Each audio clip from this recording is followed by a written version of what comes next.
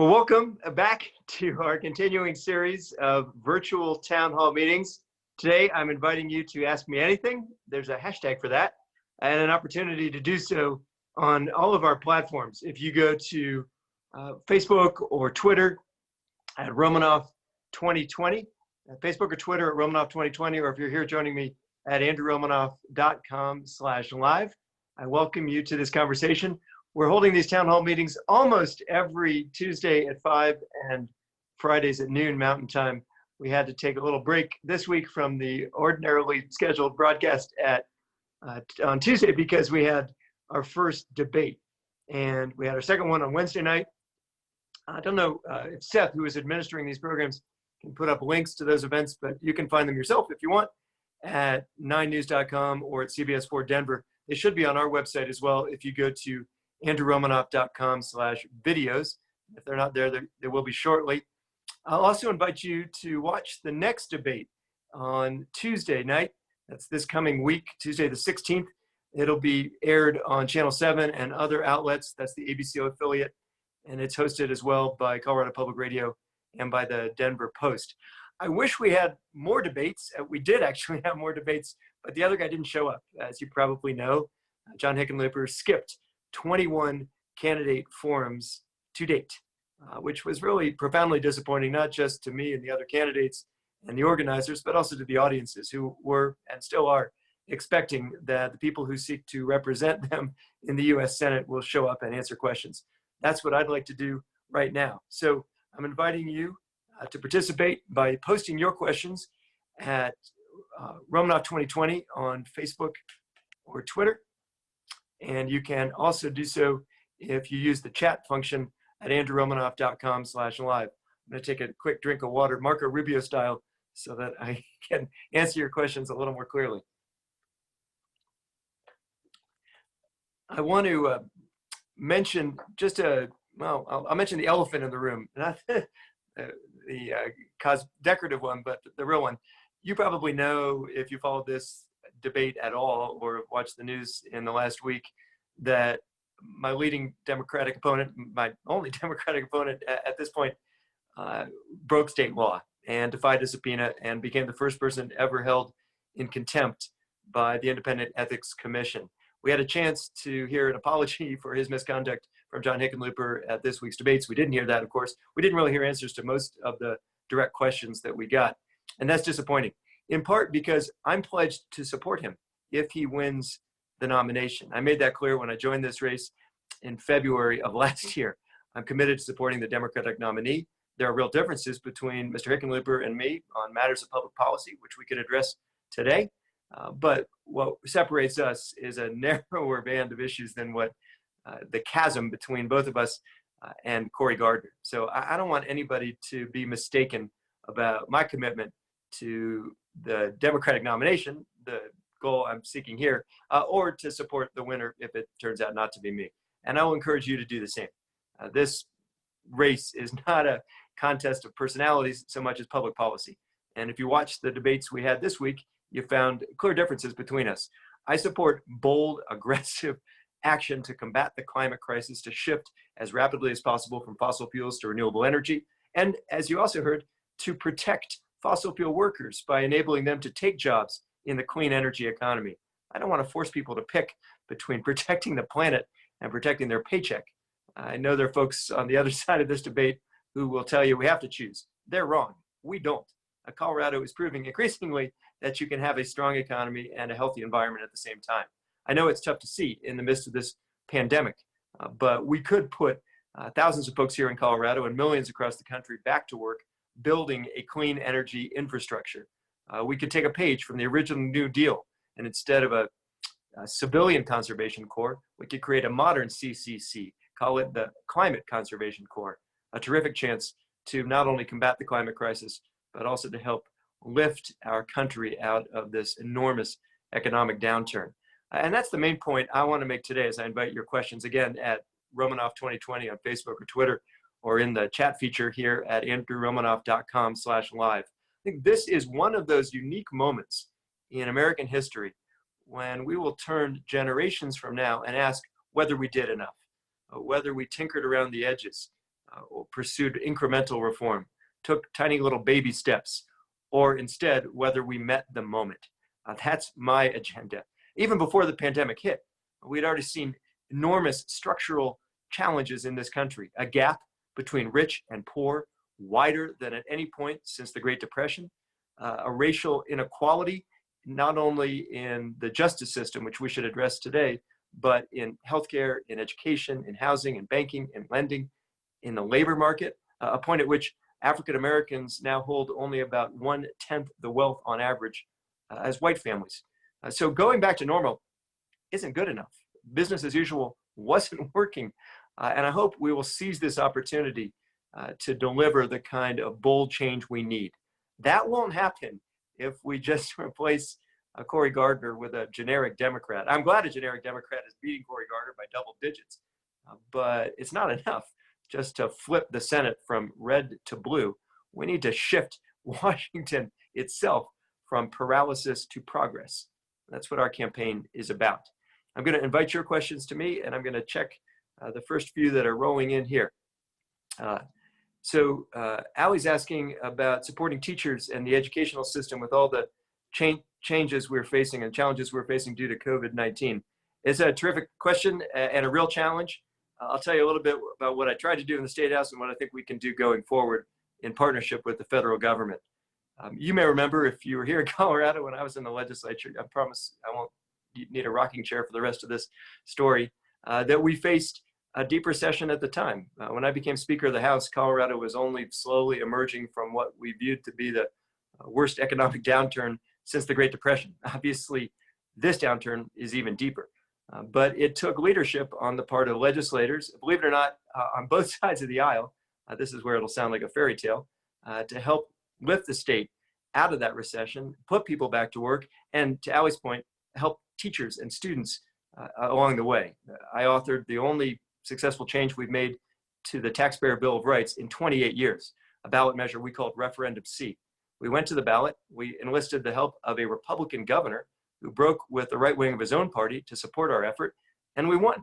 We took not only a 5-year timeout from Tabor limits, but also made a permanent fix to the ratchet effect, more detail than we might have time for on this call. I'm telling you that story because since then, since 2005, we haven't actually succeeded in making any changes to Tabor. We saw a long period of neglect, including the 8 years of the Hickenlooper administration.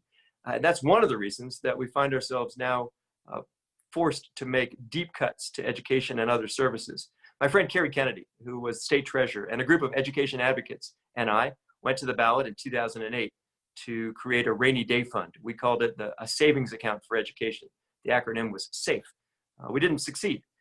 And instead, we have been forced ever since to live under some of the most draconian limits any state faces, even as we're returning dollars in so-called surpluses through Tabor, a part of this artificial formula that our Constitution, thanks to the voters in 1992, created, at the same time as we're cutting services. In other words, we're the only state in the union forced to operate a surplus and a deficit simultaneously. That's a long preamble to suggesting where we go now. I think we're going to have to go back to the ballot. That's not the job of a U.S. senator, but it is a place where the bully pulpit that you get from a position like this can play a role. It's also the responsibility of legislators, of our new governor, of voters to decide what we want and what we're willing to pay for. I know it's easy to get elected by promising services as far as the eye can see and taxes as low as you can possibly go. It's an easy way to run and maybe even to win. It's a pretty lousy way to govern. So when it comes to education, I think we should do a few things. One, we ought to put our money where our mouth is. We ought to figure out a way to pay teachers what they're worth instead of losing them to other professions that pay them more. I know most people don't go into education for the money, but unless you can support a family, maybe you want to buy a home or save up for retirement, it turns out teaching is a pretty tough line of work for those purposes. Second, I think as Governor Polis and the legislature are increasingly investing in early childhood education, that is one of the most important place we could park our resources, because we know that kids who get the benefit of high quality preschool and full day kindergarten and even earlier investments in their social and emotional learning are far more likely to do well in school, to succeed, to thrive, and less likely to fall behind or drop out or get in trouble. So those are critical investments. I used to be an educator. I felt like I did a better job when I had fewer students. So I think class sizes matter because I could provide more individual attention when the room wasn't so crowded. I also want to make sure that we provide a path to higher education for every student and relieve so many of the debt they face now under student loans. I think having top flight mentors, master teachers, having time off in the midst of a school day so that a teacher can review lesson plans or prepare for the next day or grade students' work, all of that mattered to me when I was an educator as well. And none of that stuff, by the way, is easy to do from home. I know we're telling folks you're going to have to work or study online. It's hard to do that in a lot of parts of Colorado where access to reliable, high-speed broadband internet is scarce or non-existent. So it's 2020. We should be connecting every community to the internet and recognize that it is the equivalent of what the highways were to the 1950s or the railroads were to the 1800s. It's the connection, the lifeline, key to the economy, to education, to health services, and others. And that's some of the places I think we ought to go. Last point, when I first started this campaign, I was talking to a lot of folks about the federal government's role in education policy. A friend of mine suggested I start by just pledging to do the opposite of whatever Betsy DeVos is doing. I thought maybe we could come up with a logo on a hat. Let's make education public again. That'd be a good place to start. I think the federal government can play a constructive role. It's not now, but especially in ensuring equity. Colorado, as probably know, also ranks very low in special education funding. That's a priority for me. And I want to make sure that the feds don't simply tell Colorado or any other state what to do without actually providing us a path to pay for it, because we resent those unfunded mandates when they come down from Washington, just as much as school districts resent them when they come from the state capital in Denver. I welcome more thoughts on this subject, and I promise to try to keep my answers shorter. So now I've talked long enough that there's 10 other questions coming in here. And it says from John, neither presumed candidate for president, I assume you're talking about Joe Biden and Donald Trump, support Medicare for all. If the House and the Senate were able to pass Medicare for all, how would you react if Joe Biden or Donald Trump vetoed the legislation as they promised? Well, that's an interesting question. First, you're right. There's a possibility that Donald Trump gets a second term. I don't want to scare you because I know some of you are having lunch, but we have to acknowledge the possibility. And it's going to be, I would suggest, impossible to persuade this president to sign Medicare for all, but Medicare for all into law. With respect to Joe Biden, I think there's some movement there. You already saw after he effectively secured the Democratic nomination that Vice President Biden came around to lowering the age of Medicare eligibility from 65 to 60. I'd like to nudge him a little more. I'd like to go to 0. I know you're not going to get there overnight, but we'll never get there if we don't put the plan on the table. And I want to just talk a little bit about the plan itself, because we didn't have time, especially in the 25-minute long 9 News debate on Tuesday, to spell out what this phrase means. A lot of folks are invoking Medicare for all, but they may have different plans in mind. Here's what I believe we should do. 1, we should strengthen Medicare by adding benefits that aren't part of the package now, like dental and vision and hearing and long-term care. 2nd, we should increase Medicare reimbursement rates, especially for rural providers. I've talked to a lot of folks on the Eastern Plains and the Western Slope, other parts of Southern Colorado, who are having trouble sustaining their medical practices with Medicare reimbursement rates as they exist today. And this is key. Although the program is called Medicare for All, I'm not suggesting we simply take Medicare, warts and all, and impose it on the rest of the country. I think we need to improve it, to strengthen it, to use some of the savings that will come when we eliminate all this administrative waste and insurance company overheads and some of these drug company profits, put that money into care and back into the pockets of families and small businesses, which are staggering under these costs. I've tried to lay out the math in previous conversations. You may remember, and you can look it up on our website, maybe Seth can post a link, the conversation we had with Wendell Potter, a former Cigna vice president who has turned into the nation's leading advocate for Medicare for all. We did the math, not an ideological point, just a mathematical one.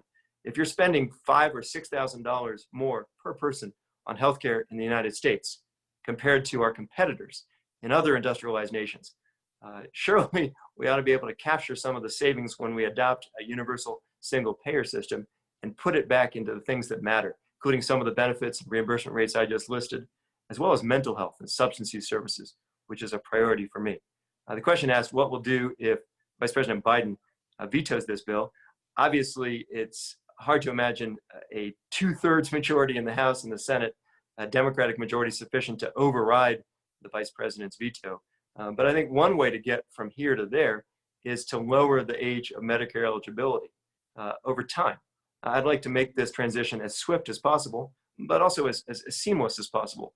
Nobody is seriously suggesting that you could overnight transform America's current for-profit employer-based health insurance system into a plan like Medicare for all. But it's worth remembering that in 1965, when LBJ signed Medicare and Medicaid into law, we very quickly enrolled seniors in America. Something like 20 million seniors were added to that program in an era when we didn't have the advantage of the internet or other modern technology. We can do big things. That's the point, but only if we have bold leadership.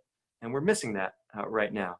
Even in the Democratic Party, this issue, as you heard this week, and if you follow the race at all, you'll know, is a real point of division in the primary.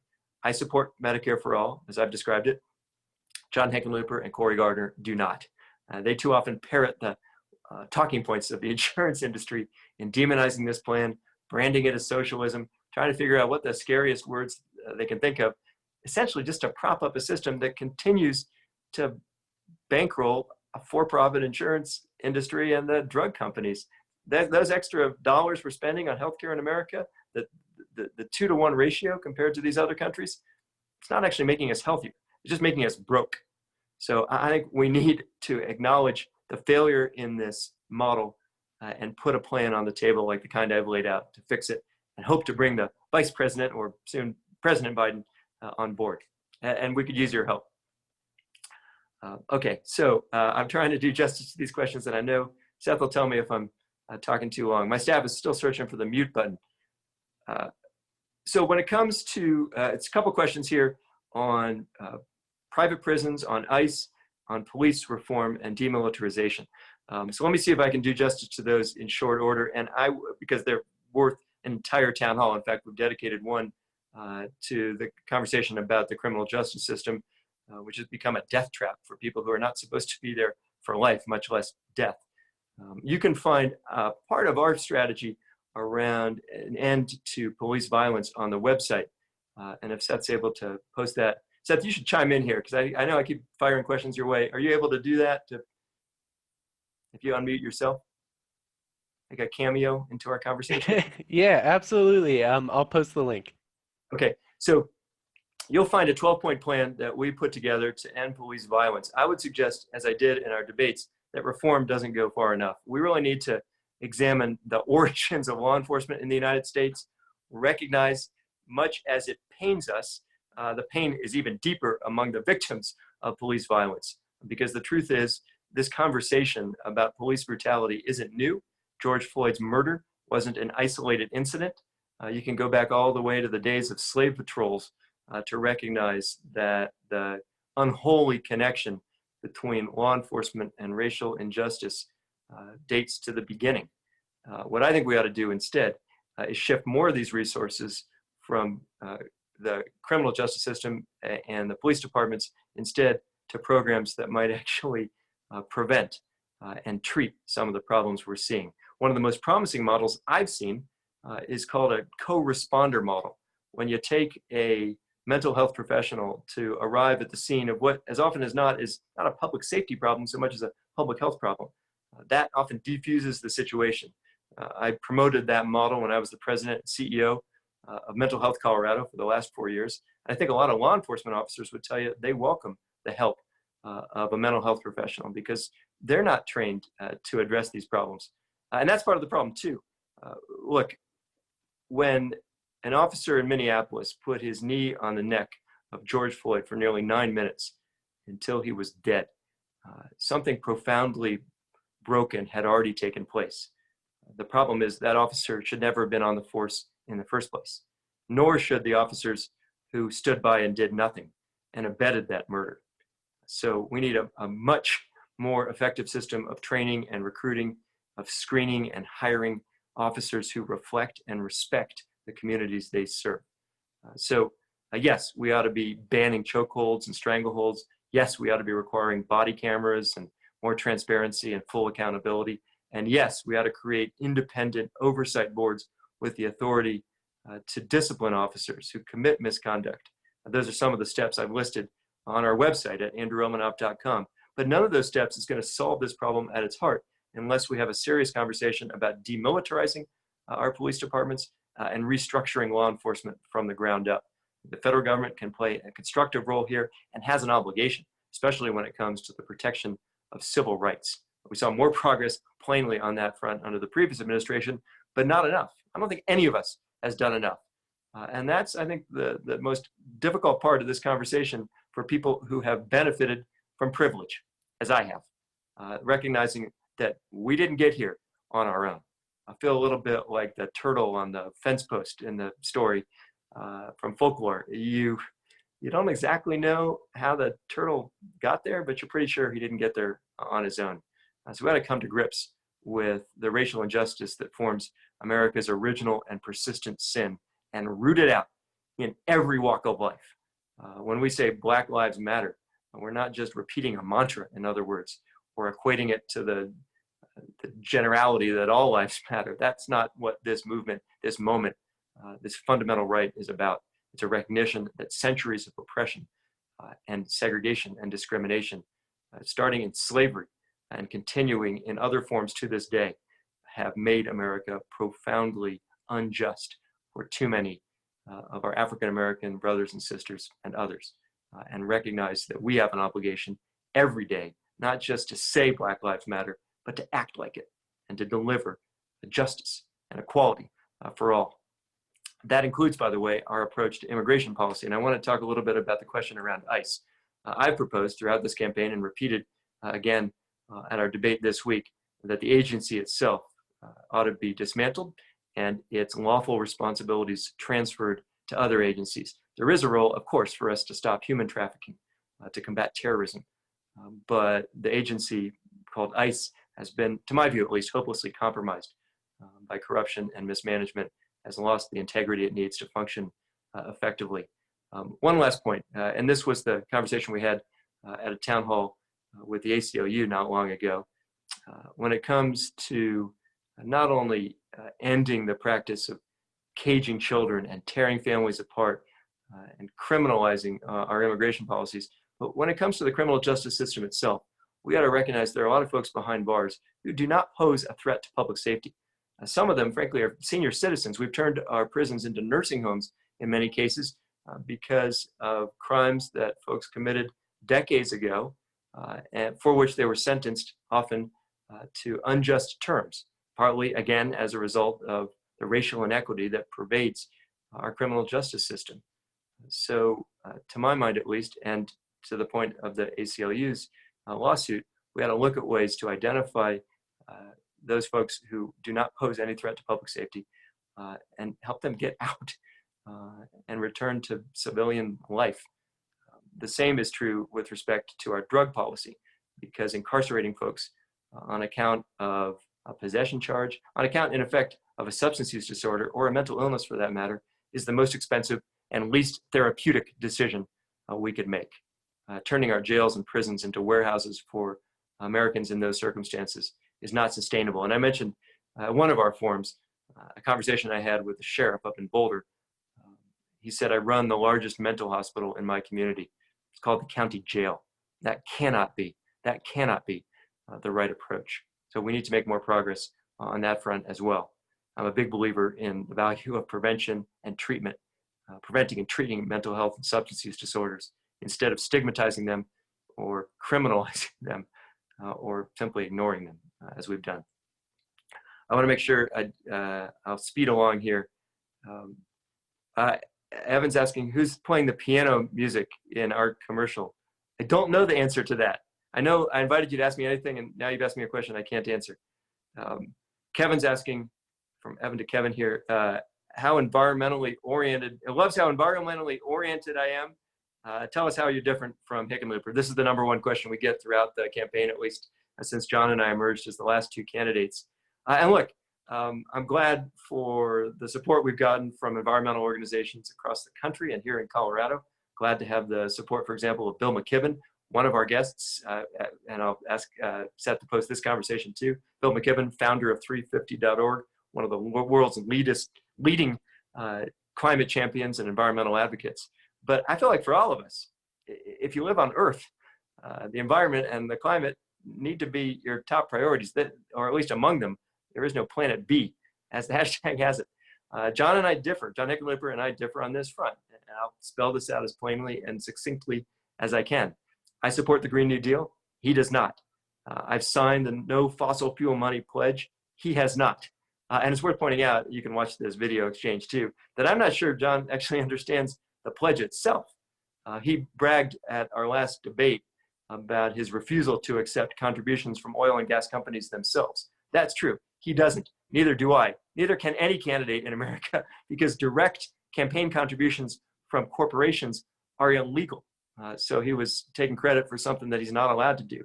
What the pledge requires us to do, what I've done, is to turn down contributions, to return money from oil and gas executives and their lobbyists. That's the pledge I invited John to take. Somebody on Twitter who helps organize that movement helpfully walked him through the instructions, but he was unwilling to do that or even to acknowledge the money he had taken, hundreds of thousands of dollars now throughout his career, from oil and gas company executives and lobbyists. That's a point of distinction between us as well. I mentioned the difference we have on Medicare for all. I support it. He opposes it. We differ, obviously, in our approach to the job itself. I want it. He doesn't. I'm very silly having this conversation, but John essentially wrote Cory Gardner's ads. If very unlikely chance that Mr. Hickenlooper becomes the nominee, he spent most of last year telling everybody who asked that he would be a terrible senator, didn't want the job, wasn't cut out for it, and would hate doing it. I believe him. I got recognized as one of the most effective legislative leaders in America, led the Democrats to our first majority in 30 years, our first back-to-back majorities since 1960. I teamed up with a lot of talented colleagues to make that possible. My friend Alice Madden, majority leader in the House, and I partnered every step of the way. And I'm proud of the work we did. We're not perfect. We learned, I did, from my mistakes, and every sentient being should. But I think the skills I bring to the US Senate outrank those that are on display from either my Democratic or Republican opponent. Well, we shouldn't have to pick, in other words, between a candidate like John Hickenlooper, who says he would be a terrible senator, or an incumbent like Cory Gardner, who's already proving it. There's a third choice, and I hope you'll cast your ballot for me. I should have started this conversation that way. I hope you'll mark your ballot if you've already gotten it, and vote for me in this election. The ballots are due on June 30th, but they've already hit the mail. So those are some of the differences between us. Let me see if I can grab a couple other questions that are coming in. We talked a little bit about ICE, the private prison system. I should have been more plain. I think there is a profound perversion to the incentive that exists now, because a private prison essentially profits the more prisoners you send. The incentive ought to actually go the other way around. We have a Department of Corrections that too often doesn't do a lot of correcting. So it is in our interest, and obviously the interest of the people who are incarcerated there, to lower the recidivism rate, the rate at which they reoffend. I've worked on that issue as well. Doing so means mental health, substance use treatment, job training, housing when you get out, hard to come by in Colorado for anybody, especially if you just come out from behind bars. Literacy turns out to have a really high correlation with the recidivism rate, because if you can't read or write, you're going to have a tough time finding a job on the other side. So I think all those efforts would be better places for us to invest our dollars, instead of just subsidizing a private for-profit prison system. Execution, policy proposals and execution proposals. Skylar's asking for the Green New Deal. I mentioned this in passing as one place where John and I differ, but I want to be clear that the Green New Deal is a resolution. It's not a piece of legislation.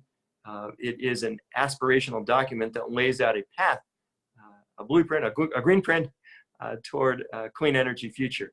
And some of the components I touched on already. I'll mention a few. One, we got to stop paying for pollution. Let's start there. If you calculate the direct and indirect subsidies we're providing today for oil and gas and coal, you'd find the total is around $650 billion a year. That's roughly the size of the federal defense budget and 10 times the size of the federal education budget. I'd rather put that money instead into renewables like solar and wind and other alternative energy sources, into transforming our electrical grid, increasing energy efficiency, changing our transportation system as we should have been doing years ago, and our building codes. The cheapest energy of all, we ought to recognize, is the kind you don't use. I know it's not as sexy as renewable energy, but this investment in energy efficiency pays tremendous dividends. We also need the revenue that comes from eliminating these subsidies, in part to protect frontline communities, which have suffered the brunt of oil and gas development, especially low-income communities and communities of color, which too often are the victims of political powerlessness and environmental injustice. I visited with folks in the fracking zone, and I can tell you, if you're living in a place where you can't safely drink the water or breathe the air, a place where the rate of birth defects has increased, where the water supply itself is contaminated, if you're living, in other words, in a place made worse by my opponent's administration because he never met a permit he wouldn't approve, then I think you deserve, as all Americans in these circumstances do, a remedy. So to my mind, that means replacing fossil fuels with renewable energy. I know you can't get there tomorrow, and you asked a little bit about the execution plans, but we are decades behind the curve. We need to get there as swiftly as we possibly can. 10 years ago, I suggested we implement a carbon tax. I wasn't the only candidate making that proposal, but I wish we had taken that step, because if we had been forced to pay more for what we burned, we would have reduced carbon emissions more than we've done so far. I proposed at the time that we offset the carbon tax with a reduction in the income tax. So you'd pay more on what you burn, but less on what you earn. It's essentially the spirit of the fee and dividend proposal that the Citizens Climate Lobby is advocating now, a proposal I also support. Look, this requires us to transform the American economy, to decarbonize our economy. And I know it's not going to be easy, but we have to level with the American people. Instead of pretending like we can somehow drill our way out of this crisis or treating the climate emergency as a hoax. I had a similar conversation with a group of pipe fitters. They didn't ask me whether the climate crisis was a hoax because they know it's not. In fact, they could see the market already shifting towards renewables. The market itself is making solar and wind cost competitive. At least it was with oil and gas. What they asked instead was, would I be willing to invest in them, help them get the skills and training and education and support they need to take jobs in the clean energy economy? I said yes. We should say yes. We shouldn't treat people like collateral damage or casualties of this transition. We ought to make sure that every American can actually get a job and make that commitment, especially now in the midst of this pandemic. A couple of folks have asked me about what lessons we can draw from this experience, and I'll offer a few. One, we can change our behavior when we have to, and we have to. It shouldn't take a pandemic to teach us of the importance of reducing carbon emissions, but it has been this pandemic that has had that effect, in part because we're just not driving as much anymore. So we could tackle the climate crisis, which hasn't gone away. And when we emerge from this pandemic, we need to rededicate ourselves to that cause. Second, we should recognize that outbreaks like this one will become more frequent as we continue to disrupt the environment, to interfere in our relationship with other species, as warmer temperatures themselves drive the spread of disease-carrying species around the globe. We're going to see deadly outbreaks become more frequent unless we combat the climate crisis. And the third point I'd make is the economic argument. When 40, 50 million Americans perhaps will find themselves without a job, it's pretty clear to me that the Green New Deal offers a path to prosperity, because building this clean energy infrastructure, as I mentioned earlier, is one way to put a lot of people back to work. A question here from Dr. Ramblings. That's a great Twitter name too. I know you're a believer in science. Unfortunately, many legislators are anti-science, or at least science indifferent. Commit to having scientific experts as part of your administration and shaping policy. I'll just make one clarification. I don't think this is a matter of belief. It's a matter of respect and recognition for scientific fact. And yes, I will commit to having scientific experts as part of, I can't call it my administration, but at least my Senate office shaping policy. I think one of the most pernicious effects of this administration has been its effort to delegitimize science and reality. When the president says, don't believe anything, when he treats the media and describes them as the enemies of the people, when he remains, as you said, not just indifferent, but antagonistic to science, he sets back our cause in so many ways.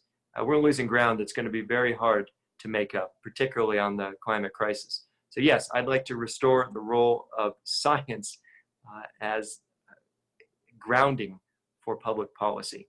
And I had hoped in my naivete that that might be one place where Democrats and Republicans could agree. I was wrong. We can't, because too often it's not just an indifference to science, it's the profits that giant oil companies stand to make driving these decisions and persuading lawmakers like Cory Gardner, who sits on the Senate Energy and Natural Resources Committee, to gut our environmental laws and block climate action. Senator Gardner has taken more money from the fossil fuel industry than all but one other member of the United States Senate. A great investment on the part of those oil companies, pretty raw deal for the rest of us. So yeah, I'd like to put science, restore the rightful place of science in government decision-making. A question about countering disinformation. Just to pick up where I left off, I'll quote Mark Twain, not Donald Trump, but Mark Twain said, "A lie can travel halfway around the world while the truth is still tying its shoes." Twain said that obviously well before the advent of the internet, but it's even more true now. I don't know that you're going to succeed in countering disinformation through censorship. I will suggest instead that we can counter it by promoting more education and making folks better consumers of information itself. I certainly don't want people to engage in explicit threats to violence. I think there are some places where speech is curtailed. The First Amendment has restrictions, but this is a tough challenge. Once upon a time in America, you might be able to settle your differences with an appeal to the evidence. I know when I was in the State House, we could actually look to the budget, do the math, figure out what worked. Now, since everybody's retreating to their own fact-free bubble, especially on the part of the president, it's very hard to use data to settle these debates. And to be clear, there's some debates that we're not going to settle that way because they're not essentially statistical. In my view, they're moral, like the questions around human rights and civil rights and LGBTQ equality and racial justice. I'll take another question here. On saving or fixing the Postal Service. Yes, I think we ought to save the Postal Service. And second, I think we ought to relieve it, this is part of saving it, from the burden it alone among federal agencies holds to prepay benefits in advance. That financial imposition has become a self-fulfilling prophecy, because if you can show the Postal Service budget is out of whack, you can somehow justify your efforts to shut it down. I oppose that. I'll defend it. I'll recognize, as we all should, that especially for folks in rural America, where the private sector is not going to ride to the rescue, access to the Postal Service, often to life-saving medication or other essential products the Postal Service is carrying to those homes, cannot be replaced. So I'm committed, as is Armando, to that requirement. There's a question about asylum. And I want to just make this point as plainly as I can, because one of America's best traditions, I know we're in an era where the president's magnifying our worst impulses, but one of our best traditions has been our willingness to welcome people who are fleeing violence or persecution or other hardship. We should maintain that tradition and keep our doors open to folks who need refuge.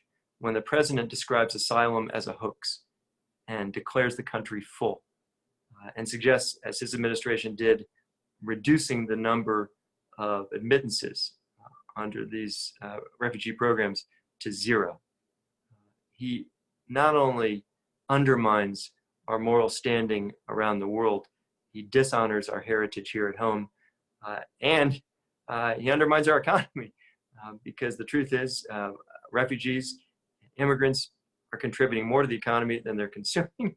They're responsible for some of the nation's biggest companies and most productive innovations. Many of our Nobel Prize winners, a disproportionate number, themselves were born in other countries but contributed their talents to a nation like ours that needs them. So I want to preserve that tradition, and I will do everything I possibly can to counter the attacks from this president, who has succeeded from his very earliest trip down Trump Tower's escalator in demonizing immigrants and refugees and tearing the country itself, not just the families who live here, apart. I oppose his efforts, and I want to make sure that we understand the damage he's inflicted is in large part because of the allies he has relied on at the other end of Pennsylvania Avenue, allies like the man I'm trying to replace, a fellow named Cory Gardner. I want to make sure that we have time for a couple other questions here before we invite a guest to join us. And Seth, I'm going to ask you real quick if our guest is on his way or if you've heard back. You can answer. I haven't heard back yet. Okay. There's a question about Puerto Rico. I support statehood, and I think we ought to make sure that our policies don't punish the people of Puerto Rico as this president has done, because although the president seems unclear on the concept, Puerto Ricans are Americans too, and they deserve full representation. As for that matter, to the residents of the District of Columbia, I'd support statehood for both, and aid for our Puerto Rican brothers and sisters when they have faced natural disasters or other hardships. I think we should be riding to the rescue rather than blaming them, as Donald Trump has done. A question comes about universal basic income from Carmela. And my team and I have been trying to fashion a proposal along the same lines as Andrew Yang. I certainly think we need a UBI now, because a $1,200 one-time check is not enough to help families weather this storm. We're trying to figure out what a long-term plan would look like, and make sure that when the pandemic ends, we don't just go back, as I mentioned earlier, to business as usual, because the economic inequality and the hardship that we're seeing too many families suffer from was devastating even before this crisis took hold. So I'm intent on attacking this problem in two ways. One, by boosting income, not just by examining a UBI plan, but also by taking even simpler steps, like increasing the minimum wage, which has not kept pace with inflation. I support the plan the House passed to raise the minimum wage to $15 an hour and then to index it to inflation. We ought to recognize as well that whether you're on minimum wage or not, if you're like the median household in America, your income hasn't really budged in real dollars in about 40 years once you adjust for inflation. So we got to figure out a way that Americans can actually benefit from our increasing productivity instead of simply seeing the profits go to those at the top. Second step, we got to make sure the tax code does not continue to be skewed to those at the top as it is now, in large part because the nation's wealthiest individuals and their lobbyists and the biggest corporations in the country have figured out bribing Congress and blocking reform and writing the tax laws is the most effective way to go. We got to be willing, I think, to reverse the Trump administration's policies in that regard and make sure that our tax code is progressive, that people pay their fair share, and that the folks at the top don't get away with paying nothing at all, anything at all, which is what they've essentially succeeded in doing. The third point I'd make, beyond boosting incomes and revising the tax code, is to address the costs that are burdening so many families. I'm talking here about the cost of healthcare, childcare, housing, student loans. Some of these issues we've discussed, and many of which are particularly pronounced here in Colorado, where we have some of the fastest growing housing prices in America. So to me, at least, reversing the Trump cuts to community development block grant programs and Section 8 housing, helping Colorado actually take advantage of an investment in affordable housing, reversing a Supreme Court decision here in our state that blocked communities from offering rent control or other means to make housing affordable. All of those things are important. In the meantime, we ought not to throw people out on the curb because they can't pay their rent or their mortgage. We ought to instead freeze those payments and their utility bills too, so that they don't overheat in the summer or freeze in the winter as long as this pandemic lasts. Those are all steps that I will take, or at least champion, when I get to the Senate. I recognize that many of these steps require action on the part of state or local governments, but I think the feds could be a better partner every step of the way. There's a question coming in about, along the same lines, about college education. And I just broadened the question beyond canceling student debt and making four-year colleges available to all. I'd say we ought to make sure we don't simply discuss four-year degrees. We ought to recognize instead that a lot of folks don't want one, don't need one, don't get one, but other forms of post-secondary training are equally valuable. I used to teach in Colorado's community college system. I want to keep those doors open to all. And I know this is a tough time to do it as education is cut. We talked about the state budget earlier, and as federal policy decisions and budget priorities make higher education harder to come by. But I think we ought to recognize that vocational training, that job training, that other forms of post-secondary education are just as valuable and worth funding. And that funding has got to come, at least in my view, from a combination of state and federal sources. And that's a commitment we can make, just as we did once upon a time in America when we were founded to helping people get education through 12th grade. We got to recognize a high school diploma is no longer sufficient for most people to get the kind of job it takes to support a family, let alone buy a home or save enough for retirement. So that's why I suggest we extend this commitment beyond high school and start it earlier in early childhood education, the most critical years, as I mentioned earlier, of a child's development. Ken's asking about the Senate Foreign Relations Committee. He's actually asked me to pick a subcommittee to chair. Ken, now I already got ahead of myself by picking a committee to serve on. I'm happy to take your suggestions for a subcommittee chairmanship. I will be a freshman in the Senate, I hope as part of the Democratic majority. Cory Gardner sits on the Senate Foreign Relations Committee now. At least he sits there. I'm not sure what else he's doing there, because the truth is this president has damaged our alliances around the world, puzzled our friends, emboldened our enemies, coddled dictators, and even suggested he couldn't wear a mask because he needed to invite tyrants to the White House.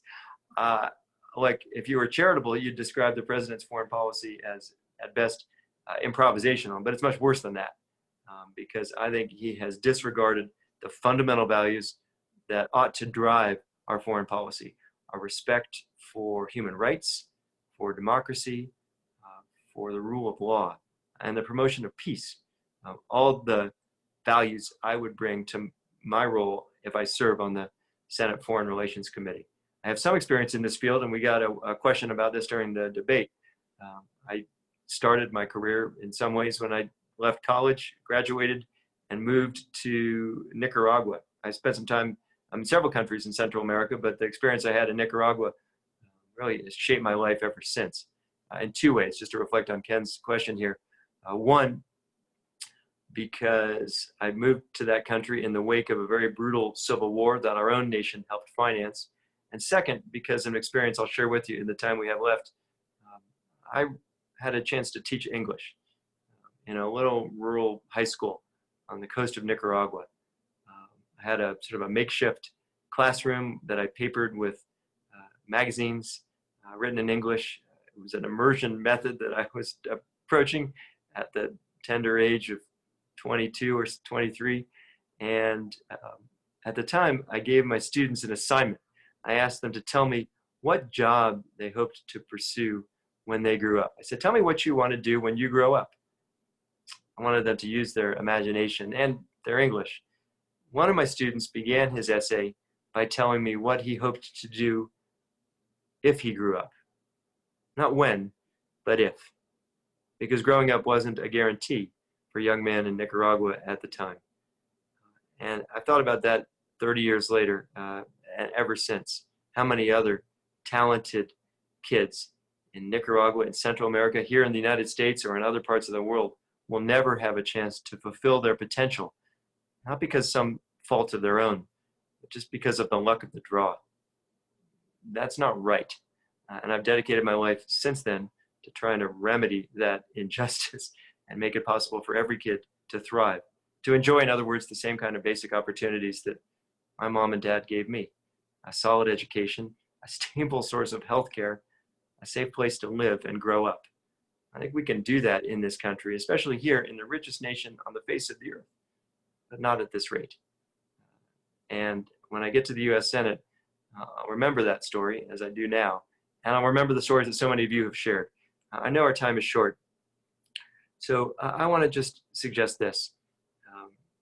When you're picking the next United States Senator, you'll find two names on the Democratic ballot. I want you to ask yourself, I'm asking you to put this question to yourself and to your family. Who will bring the courage of your convictions to this fight? Which candidate will actually fight for you? I'm proud of the campaign we've run over the last 16 months. I'm proud to have communicated with voters all across the state, not just in the course of this campaign, but throughout my career. As the minority leader, as the Speaker of the House, as the President of Mental Health Colorado, I've crisscrossed this state trying to make sure that every family has a voice and representation in the halls of power. Somebody once said, if you're not at the table, you're on the menu. And I think that's too often how we feel when we look at DC and see a system that is stacked against us. I've spent the last 11 weeks or so texting voters. I'm going to invite you to do the same.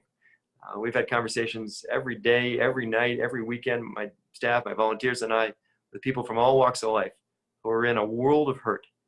Folks who are facing eviction, worried about where their next paycheck is going to come from, whether they'll have a job to go to when they get up in the morning, what might happen, God forbid, if they get sick, whether they'll even have a place to sleep at night.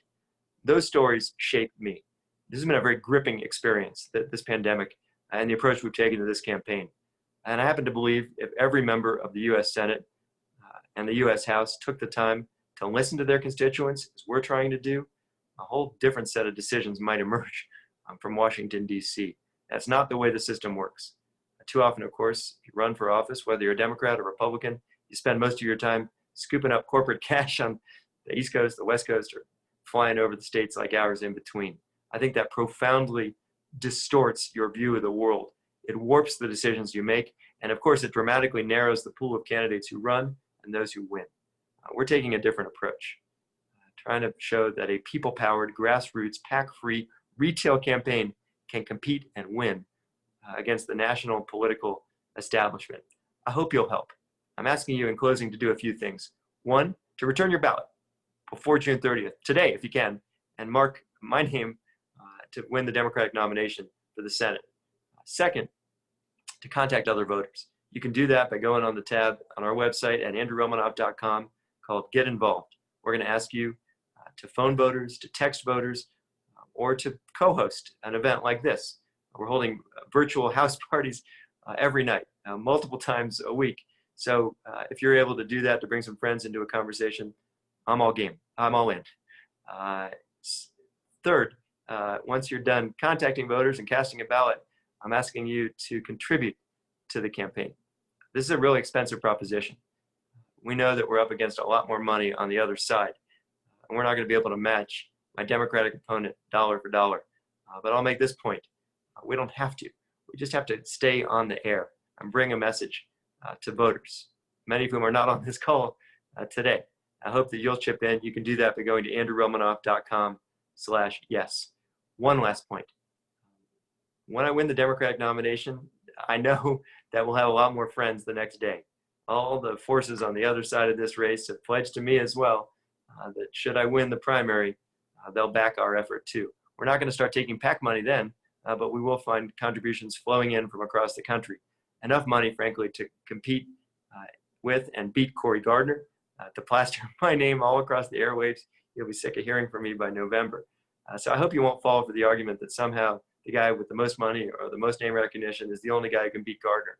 In fact, because of his performance over the last week or so in the debates, in the ethics hearing, and other issues, I think my Democratic opponent has made himself the riskiest bet to flip this seat. And it's a seat we have to flip. There's no path to a Democratic majority that doesn't run through Colorado. So when I win the primary, I'll start the general election about a dozen points ahead of Cory Gardner. At least that's what the polling shows with respect to any Democrat who becomes our nominee. This race is coming down to the primary. Over the next 18 days or so, we've got to reach every possible voter by every possible means and persuade them to join our progressive campaign, a campaign aimed not at preserving the status quo or satisfying corporate donors, we don't have any, but instead at changing the system itself, And I hope you'll be part of that effort. I'd be honored to earn your vote and equally honored to represent you in the U.S. Senate. I hope you'll join us next week. We have a debate coming up, as I mentioned, on Tuesday night on the ABC affiliate, Channel 7 in Denver, hosted also by CPR. And the Denver Post will put a link on our website, andrewromanoff.com. I hope you and your family stay safe and healthy. I hope you have a wonderful weekend. Thanks for sharing your time with me this afternoon.